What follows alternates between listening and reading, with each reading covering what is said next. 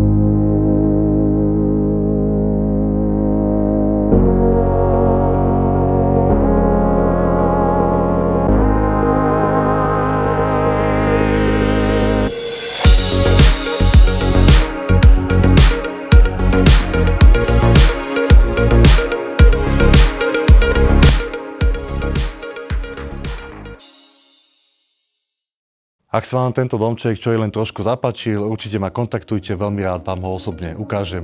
Opakujem, je to pre milovníkov prírody, ľudí, ktorí vyhľadávajú bývanie na vidieku a obrovský kľud.